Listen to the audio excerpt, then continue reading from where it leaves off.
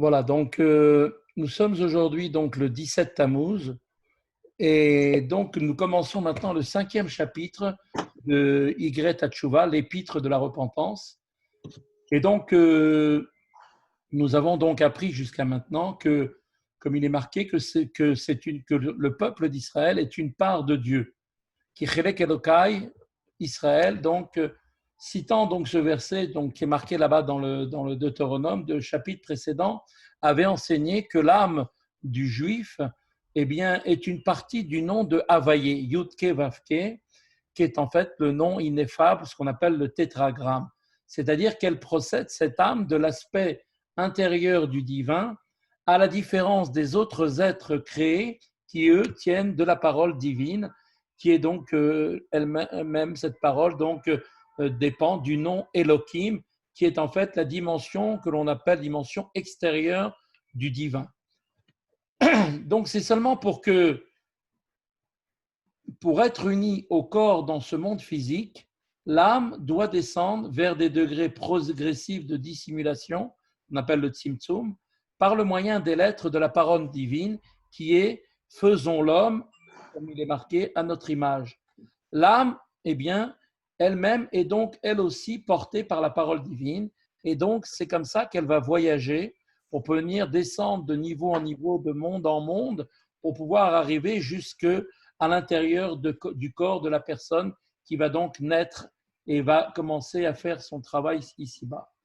Cependant, l'âme elle-même, elle a son origine dans un degré de Dieu qui est en fait dans le divin, qui transcende elle-même la parole, puisqu'elle vient immédiatement donc du Shem Yudke Vavke, et l'infusion de cette âme maintenant à l'intérieur du corps est décrite par la Torah.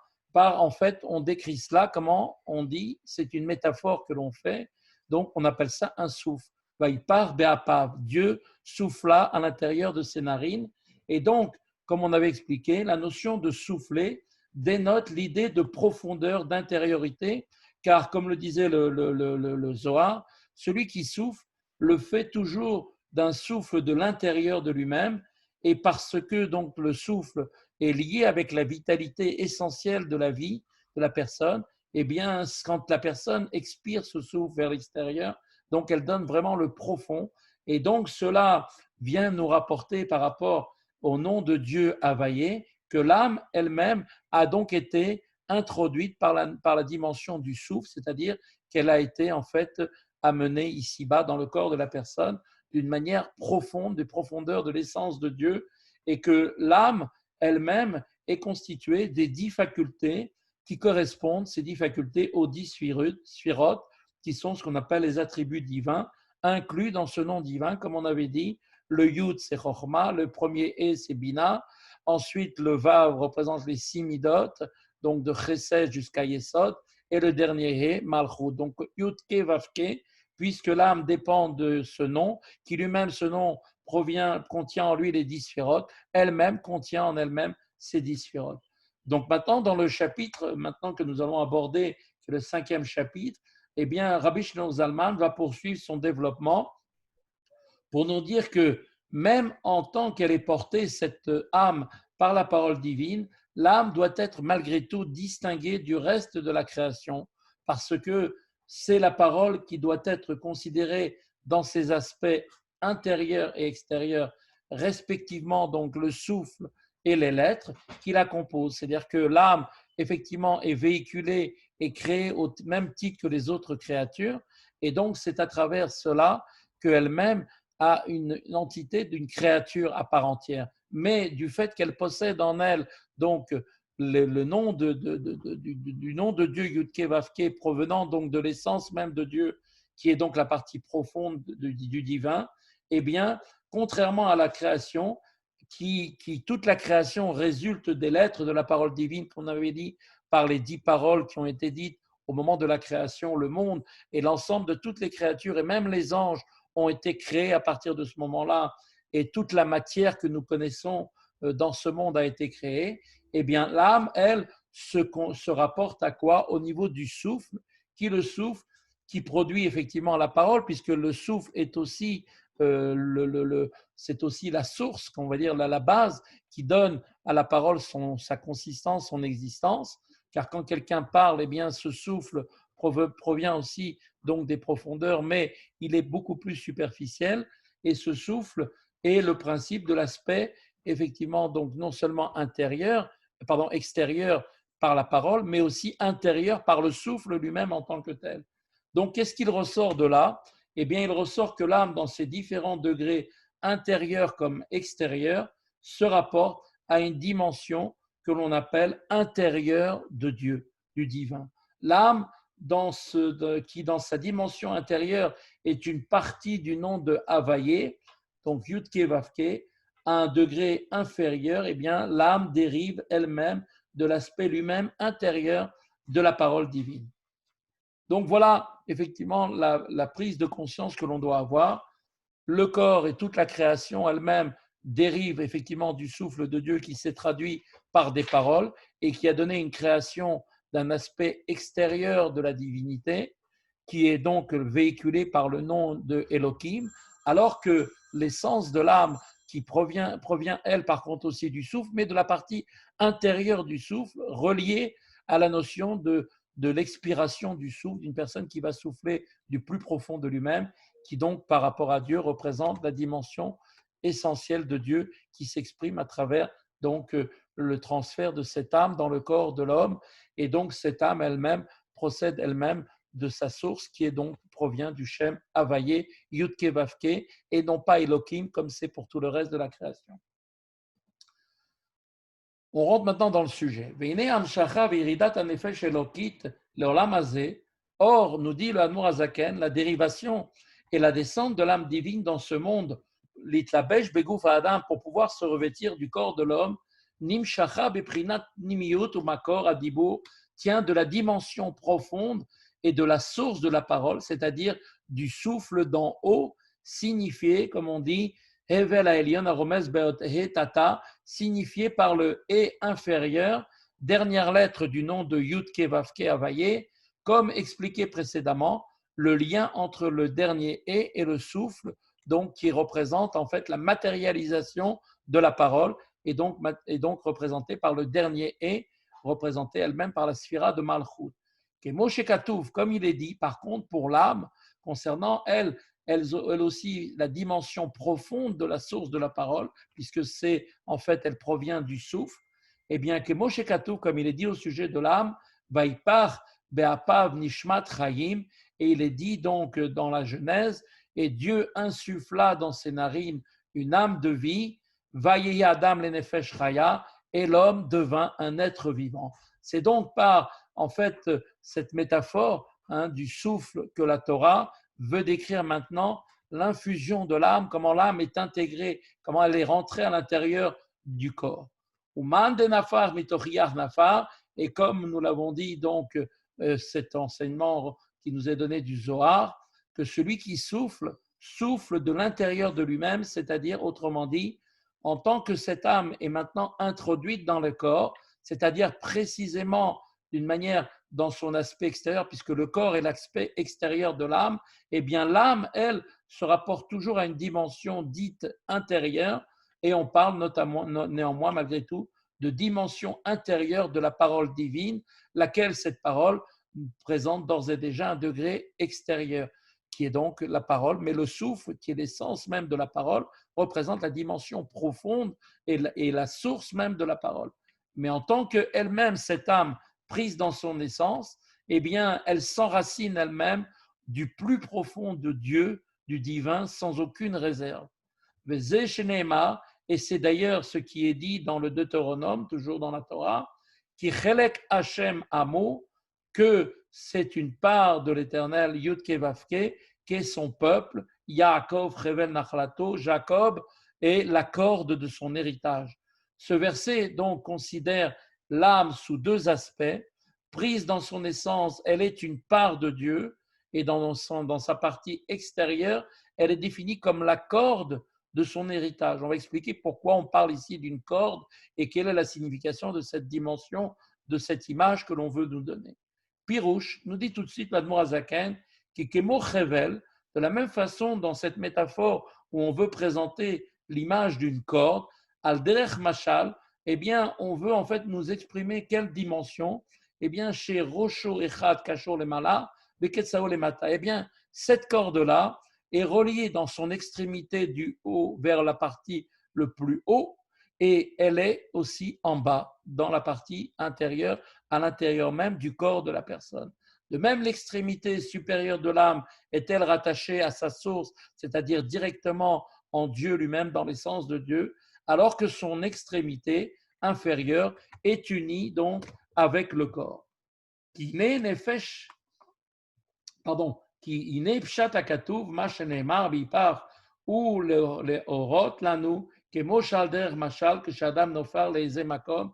Et voilà maintenant le sens du verset qui nous est donné en disant que Dieu a insufflé l'âme.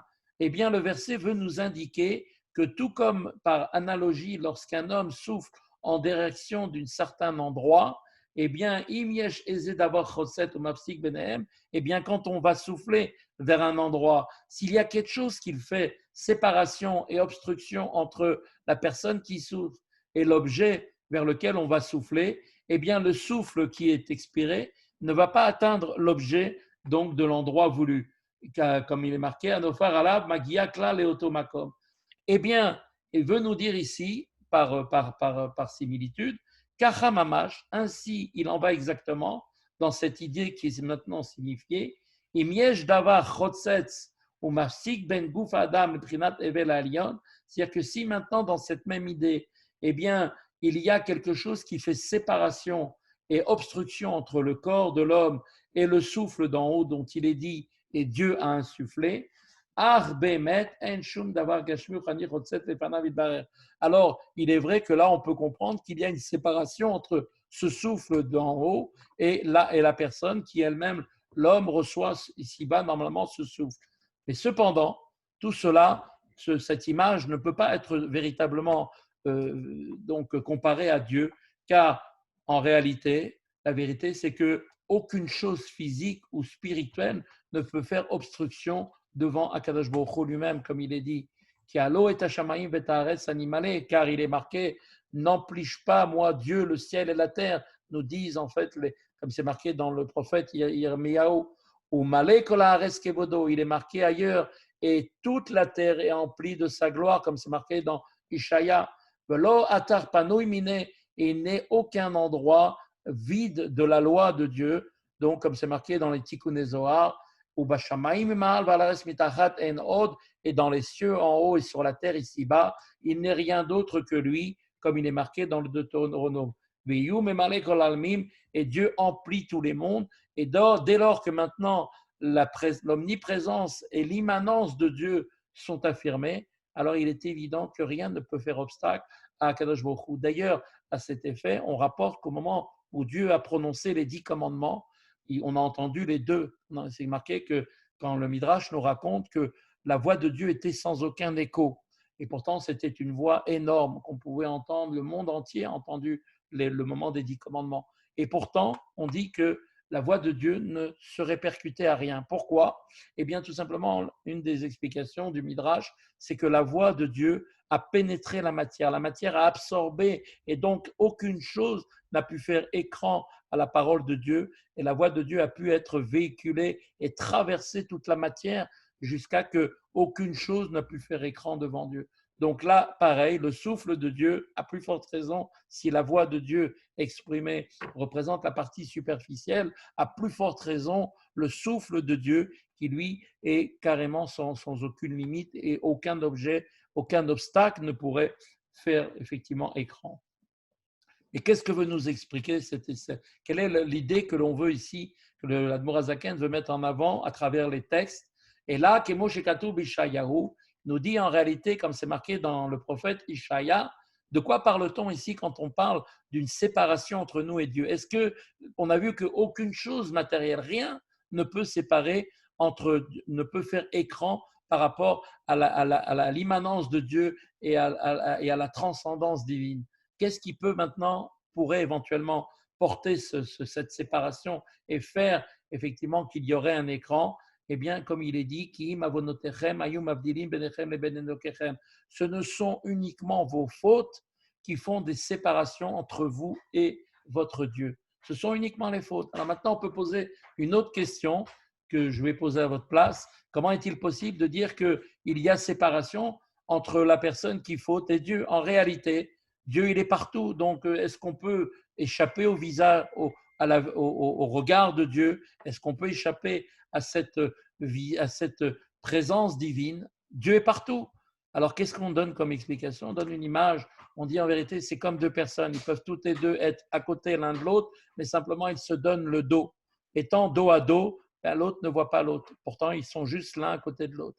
Donc, quand quelqu'un fait un péché, eh bien, c'est comme si lui-même, il tournait, il donnait le dos, il tournait le dos à Dieu. Et donc, ce sont bien nos péchés qui font cette séparation, qui font séparation entre nous et Dieu. Vataham est la raison pour laquelle les fautes, et cela se fait, pourquoi les fautes nous font séparation. Les filles, c'est parce que les fautes vont à l'encontre de la volonté suprême de Dieu qui, lui, a mechaye takol, qui donne vie à tout. Et quand un homme se sépare, ne veut pas faire la volonté de Dieu, qu'il n'écoute pas la Torah ou l'enseignement des Chachamim, qui sont les représentants sur terre de la parole de Dieu, eh bien, à ce moment-là, lui-même se sépare de la vie. Parce que Dieu étant la vie, quand on n'écoute pas la volonté de Dieu, à ce moment-là, la faute, eh bien, qui est en fait une renonciation quelque part à la volonté divine, fait que nous sommes séparés, que Dieu préserve. On se sépare de la vie, d'accord? Qui lui Dieu donne la vie à tout.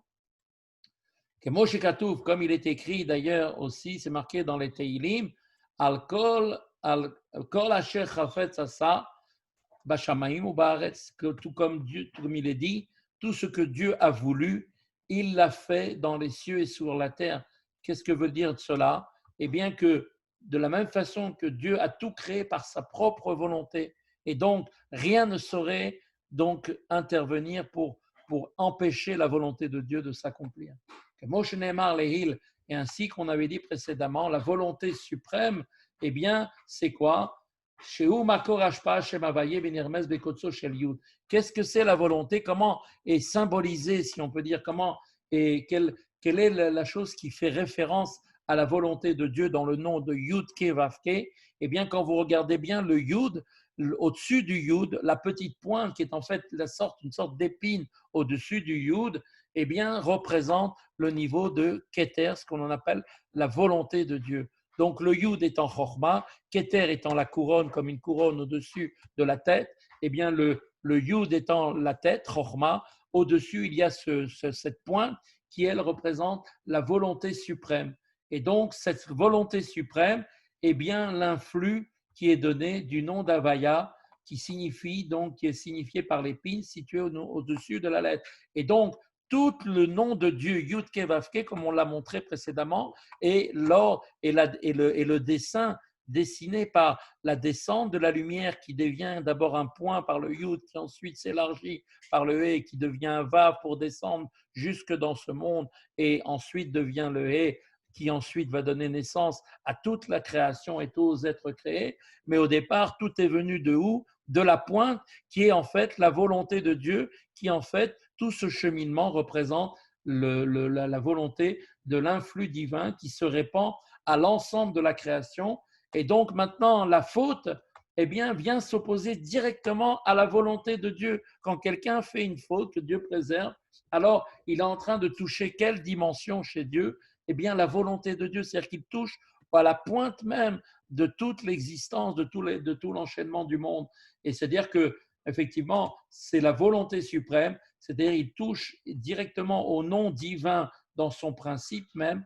Et donc, par conséquence, cette faute vient faire un obstacle à la vitalité qui émane directement de cette volonté de Dieu. Par la volonté de Dieu descend, on voit maintenant le chemin de la descente de la volonté de Dieu pour s'introduire à l'intérieur de chacune des créatures.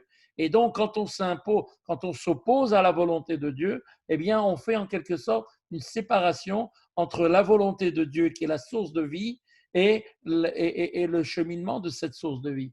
Donc, c'est-à-dire que maintenant, la faute va s'interposer et va faire un écran entre le souffle de Dieu et l'homme. Et c'est là ce que signifie quand on dit qu'il est marqué que certaines fautes sont faites, en fait, sont du niveau de karet, du retranchement de l'âme, comme par exemple les fautes très graves du Shabbat, du 39 travaux interdits du Shabbat, qui sont, si on l'a fait d'une manière exprès, en sachant pertinemment qu'il est interdit, mais qu'on le fait, on ne parle pas de quelqu'un qui l'a fait sans le savoir, eh bien, la punition, c'est karet, si la personne l'a fait exprès, comme plein d'autres choses aussi. Et donc, qu'est-ce que c'est la notion de karet? Que veut dire le mot karet? Retranchement qui vient du mot couper. Eh bien, karet, nifsak, revel, amshacha, mishem abaye baruchu, shenimshacha, me etata, kenal. Eh bien, écoutez bien, le mot karet veut dire que la corde qui véhicule le flux du nom de Havaya, qui dérive du et inférieur, donc cette corde qui démarre, donc on a dit du yud, de la pointe du yud, qui descend par le point de chorma, qui vient ensuite dans le et dans le vav et ensuite dans le et, eh bien, c'est tout ça, cette corde. Quand on vient maintenant faire une faute que Dieu préserve, eh bien, la corde est sectionnée au niveau du haut, au niveau du niveau de la volonté de Dieu. Et donc, l'âme maintenant qui est incarnée dans le corps, eh bien, se trouve elle-même privée de sa propre source de vie, qui est le nom de Yudke Vavke, qui est conduite en temps normal quand une personne fait effectivement la volonté de Dieu. Alors, il est attaché par cette corde avec le haut et il reçoit par ce canal la vitalité qui lui donne la possibilité de vivre. Et donc, quand cette corde est coupée, que Dieu préserve, eh bien, à ce moment-là, cela va conduire dans le temps à la mort physique. La personne va finir par mourir avant l'heure. Que Moshe Katoub Parashat est mort, comme il est écrit dans la section de est mort, c'est là-bas, c'est marqué dans Vaïkra, Menicheta Nefesh Haim Ilifanai Ani Hashem, Dieu dit, et cette âme qui aura fauté sera retranchée de devant moi, je suis l'Éternel, Yudke Vavke. De là maintenant, on comprend maintenant ce que veut dire les mots. Donc, Milefanaï Dafka, ça veut dire quoi? De devant moi, ça veut dire ma face, précisément, c'est précisément en cela que consiste le retranchement de l'âme, qui est donc elle-même coupée de la face de Dieu, c'est-à-dire de sa dimension profonde, qui est le nom Yudke Vavke. Donc, quand quelqu'un fait un péché, il se coupe lui-même du transfert de cette vitalité provenant de cette corde qui est le Yudke Vavke. Ou Bécha'ar, Averot, She'en Baem Karet, quant aux autres fautes, parce que pas toutes les fautes, bien sûr, heureusement, sont punies de ce retranchement. Quant aux autres fautes qui, elles, n'impliquent pas le retranchement, Al-Kol Panim, Pogmin Anefesh Kenoda, ou Pagam ou Milachon Pegimat Asakin, et donc toutes ces fautes, ces petites fautes qui sont moins graves, mais qui ont quand même un effet, elles-mêmes viennent commencer à faire ce que l'on appelle, elles viennent ébrécher l'âme. C'est-à-dire le thème de ébrécher veut dire que dans le sens, comme dans l'expression, vous savez qu'on parle d'un couteau de la shrita, que le couteau de la shrita qui est ébréché, eh bien la lame présente une petite entaille et de ce fait, ça invalide le couteau pour faire l'abattage rituel. De même, la faute elle-même, qui cette petite faute n'est pas suffisamment forte pour couper entièrement la corde, eh bien, cette petite faute, elle va toucher à l'intégrité de la corde qui, elle, porte à l'âme le flux du nom de Havaïe. Et donc,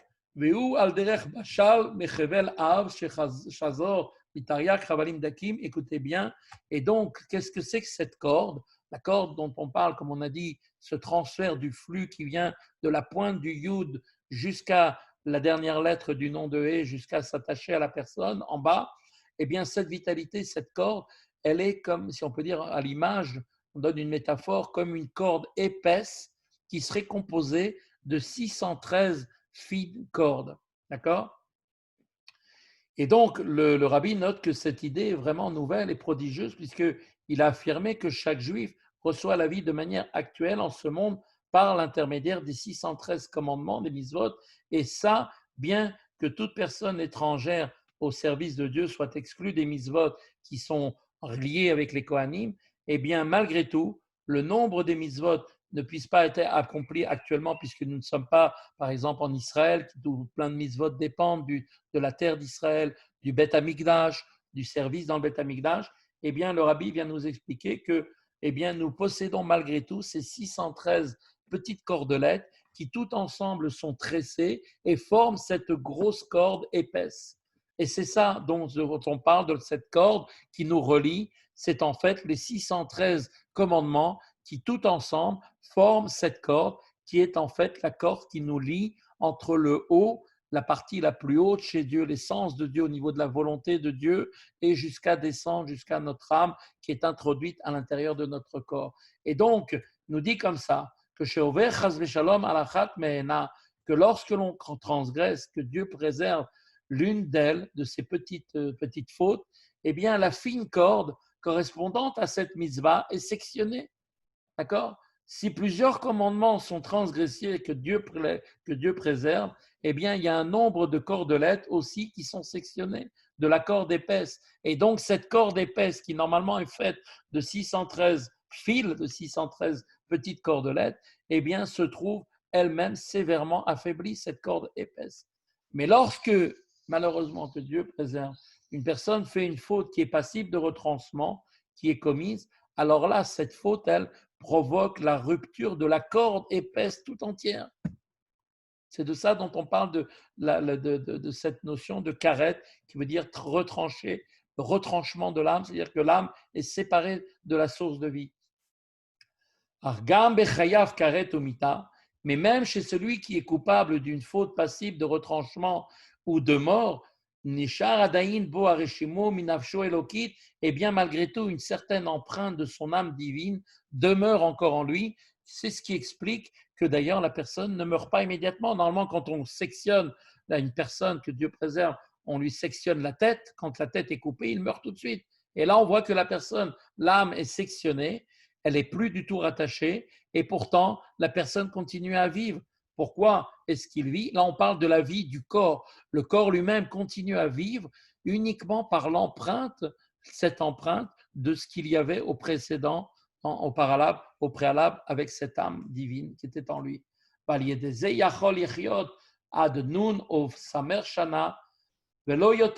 Et grâce à cela, grâce à cette empreinte qui était là, de cette liaison avec le haut, eh bien, effectivement, cette personne peut continuer à vivre jusqu'à l'âge de 50 ans et en cas de retranchement, ou bien 60 ans quand il s'agit de la mort par le ciel, mais pas davantage.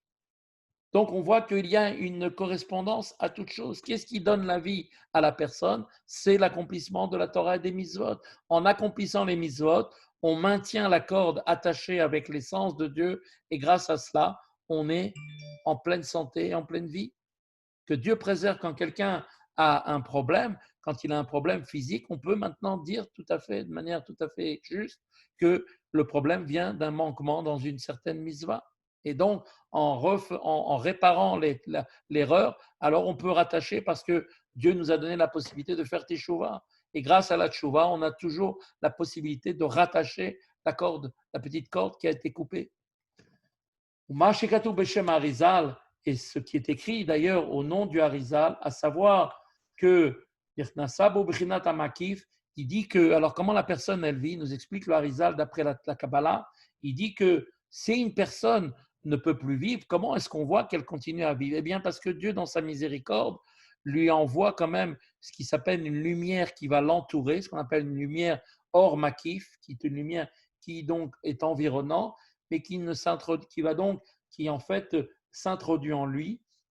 Et donc, s'il ne peut plus recevoir d'une manière directe et profonde lorsque le lien à sa source est coupé, eh bien, il peut néanmoins encore se nourrir d'un degré dit makif, qui est en fait une lumière environnante, transcendante.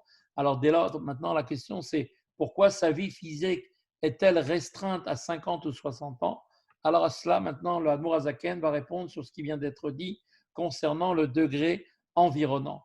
Il nous dit tout de suite, l'Admour Azaken, que quand on parle de la mort dont on parle ici, cela ne concerne pas la vie physique du corps, car qui peut lui survivre lorsque l'empreinte laissée par l'âme divine a disparu.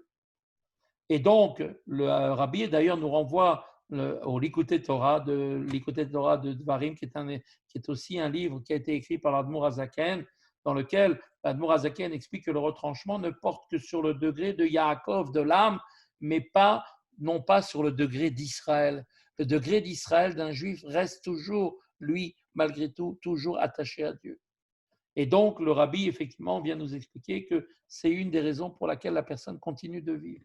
Umairi ad nun shana, et cela s'applique uniquement jusqu'à la vie du corps, jusqu'à l'âge de 50 ans. Autrement dit, la présence de ce degré environnant makif n'est possible qu'autant que la vie demeure grâce à l'empreinte laissée par l'âme. Donc ce degré de makif continue d'alimenter l'âme, mais le degré intérieur de l'âme qui était présente précédemment, qui est donc maintenant une empreinte, c'est ce qui donne la vie au corps. Et donc quand l'empreinte, au bout de 50 ans, finit par s'effacer complètement, car il n'y a plus de vie qui continue à être donnée à la personne, eh bien, la personne finit par mourir. À moins que, bien sûr, au Hachem, que la personne fasse une véritable teshuva et qu'à ce moment-là, Dieu, dans sa miséricorde, lui redonne encore à nouveau la possibilité d'abreuver cette vie, de lui donner cette âme, à son âme, la possibilité d'être encore donc relié à sa source. Au Bismanazé, on voit, ou alors à l'époque actuelle, on voit, comme on va expliquer plus loin, qu'à l'époque de l'exil, eh bien, la vitalité qui descend par des intermédiaires, qui sont des lieux de passage, qui n'appartiennent pas du tout au domaine de la sainteté, peut être dispensée, même si le lien entre l'âme et sa source le sont coupés. Et même si le lien avec le Yudke Vavke est rompu, et aussi, eh bien, il est possible aujourd'hui pour celui qui est coupable d'une faute passive de retranchement ou de la mort par le ciel, de continuer à vivre au-delà de 50 ou 60 ans, parce qu'en fait, il est alimenté par qui? Par les forces du mal. Donc, c'est eux qui se substituent et qui lui donnent, pour lui donner, en fait, il devient en quelque sorte donc euh, destinataire de la vitalité, mais non plus directement par le nom de Dieu Yudke Vavke, mais par des forces intermédiaires que Dieu a mis dans ce monde et qui en fait font que la personne est sous la domination de ces forces du mal. Et donc, la personne continue à vivre. Et même si elle est dans le péché, dans l'erreur, on peut voir des gens qui effectivement peuvent vivre très longtemps, qui peuvent arriver à des âges très avancés. Pourtant, ce sont des pécheurs invétérés. Alors pourquoi? Eh bien, voilà l'explication. C'est que ces gens-là ne sont plus rattachés à la vitalité directement de Yudke Vavke, du nom de Dieu, du nom saint de Dieu. Et donc, il ne reste en eux qu'une vitalité qui leur est donnée par les forces du mal auxquelles elles appartiennent maintenant. Et pour le degré de sainteté nécessaire à chaque juif, eh bien, il demeure de manière environnante ou makif, conformément à l'enseignement du Harizal. C'est-à-dire que tant que la personne continue de vivre parce qu'il y a une trace de cette vitalité qui vient maintenant de la faute, après que la faute soit partie, que l'âme effectivement se soit découpée de sa source, il reste une trace de cette vitalité, ou bien par le fait que maintenant on est dans une génération où malheureusement les gens, on ne peut pas dire qu'ils font des fautes en ayant conscience de la gravité de ce qu'ils font, et Dieu dans sa miséricorde donne toujours la vitalité même au pécheur le plus lointain, car Dieu ce qu'il veut, ce n'est pas la mort de l'homme, Dieu ce qu'il veut, c'est la vie, et donc il nous donne à chacun la possibilité de revenir vers lui en faisant teshuva, et donc de ce fait, chaque juif peut à tout moment, quel que soit le niveau dans lequel il est, retrouver le chemin de la vie et se rattacher à nouveau à la vie